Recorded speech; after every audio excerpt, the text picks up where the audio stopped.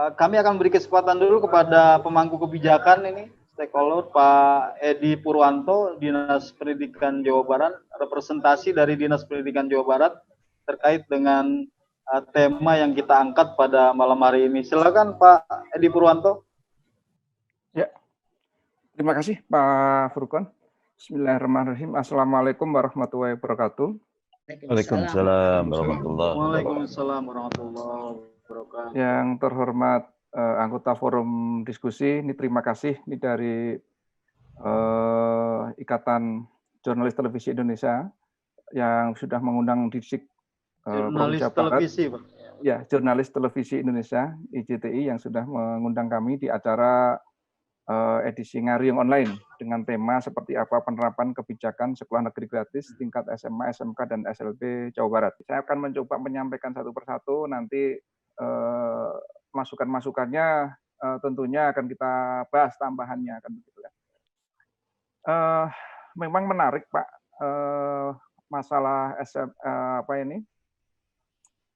kalimat sekolah gratis ini ya, karena dikeluarkan dari Pak IG Pak Gub SPP atau iuran bulanan peserta didik SMA, SMK, SLB Negeri Jawa Barat. Nah, saya juga nanti akan menjelaskan beberapa hal sehingga pertanyaan-pertanyaan dari Ibu Bapak tadi itu bisa terselesaikan satu persatu. Mudah-mudahan dan tambahannya nanti akan dibahan kita untuk kedepannya dan dengan mitra kami di Komisi 5 tentunya dengan Pak Iwan dan rekan-rekan nantinya di Komisi 5 yang hormat.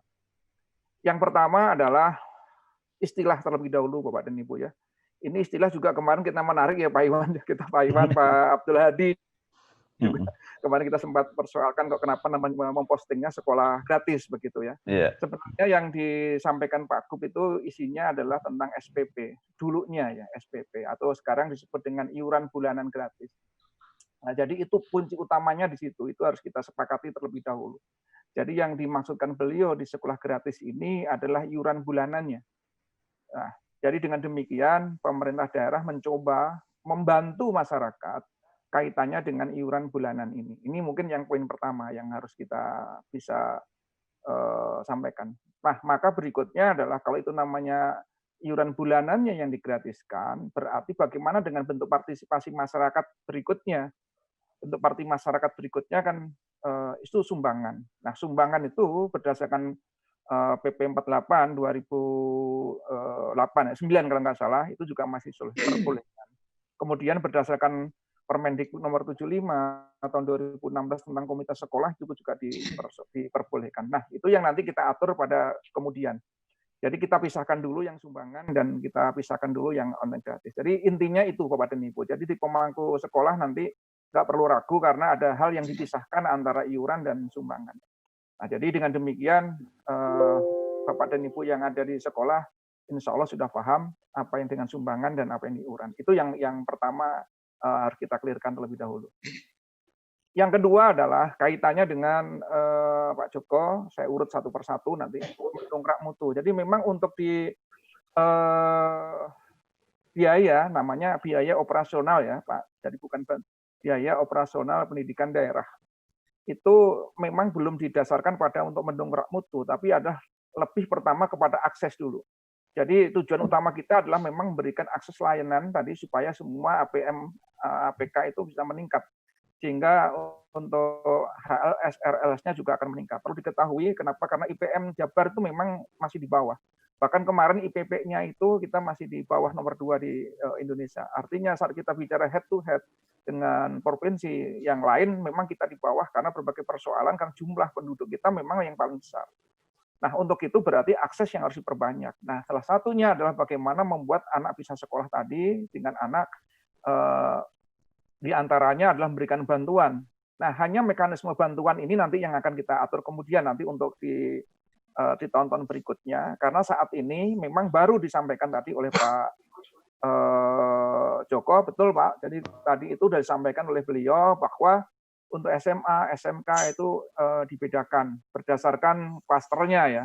Jadi kalau yang SMA itu untuk sekolah dengan rombongan belajar 1 sampai 12 itu ada 160.000. Kemudian kalau makin besar yaitu 25 sampai 36 kelas itu 145.000. Begitu juga dengan SMK. termasuk SLB. Hanya bedanya SLB itu kita sudah menyumbang untuk tahun ini sudah dimulai dari bulan Januari yang akan dibayarkan nanti mulai bulan Juli.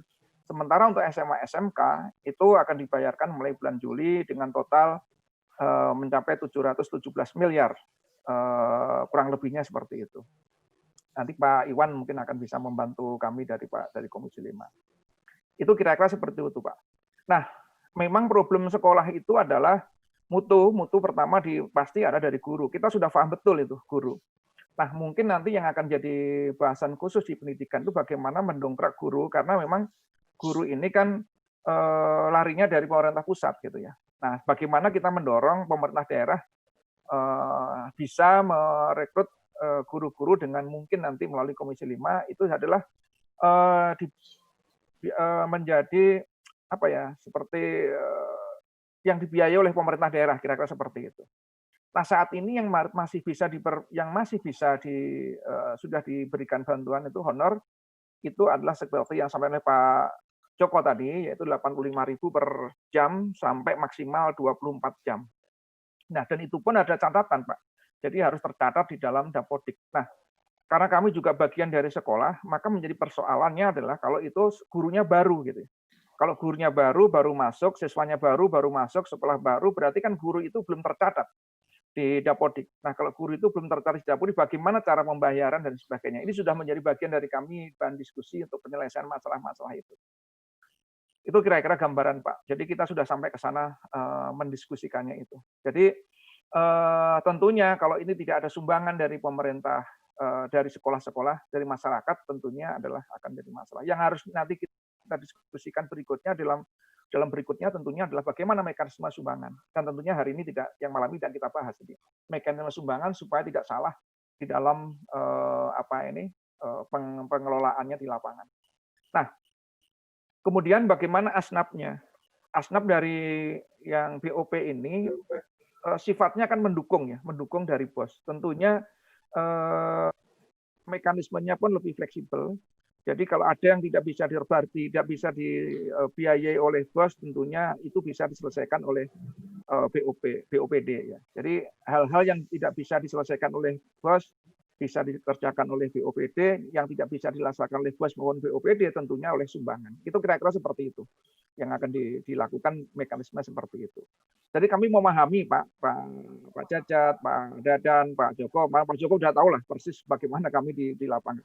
Karena memang SMK memang beda. Untuk itu di dalam BOPD juga nanti ada untuk prakerin itu bagaimana pengaturannya gitu ya, untuk kemudian uji kompetensi itu bagaimana pengaturannya, itu ada semua Pak. Kita atur seluruhnya di sana. Jadi itu pengaturannya ada. Memang kalau ditanya cukup enggak, nah jangan ditanya cukup tidak. Paling tidak ini membantu itu sudah cukup gitu ya. Tinggal kekurangannya dicarikan dengan yang lain, kan kira-kira seperti itu. Jadi di masa-masa seperti ini sekolah sangat merasa diuntungkan dengan ini. Yang perlu kita pikirkan nanti adalah perlakuan yang kemarin saya dengan Pak Iwan dan Pak Dadang, Pak Abdul Hadi juga dan Pak Iyot kemarin Pak, bagaimana perlakuan di Pangandaran, di Garut, dengan kemudian dengan bantuan yang di kota-kota besar, di Bekasi, Karawang yang sudah tinggi, kemudian Bogor, itu mungkin akan ada titik-titik tertentu didasarkan pada apa. Nah, sehingga nanti kalau bahasa kemarin itu indeks kotanya, tapi indeksnya didasarkan pada apa. Nah, nanti mungkin Pak Prof. Bipin bisa bantu indeksnya menggunakan indeks apa sehingga menjadi proporsional. Kalau saat ini kan masih dibuat rata, kira-kira seperti itu. Sehingga nanti itu proporsional, sehingga kalau dibagikan kepada kabupaten kota, maka yang memang indeksnya tinggi pasti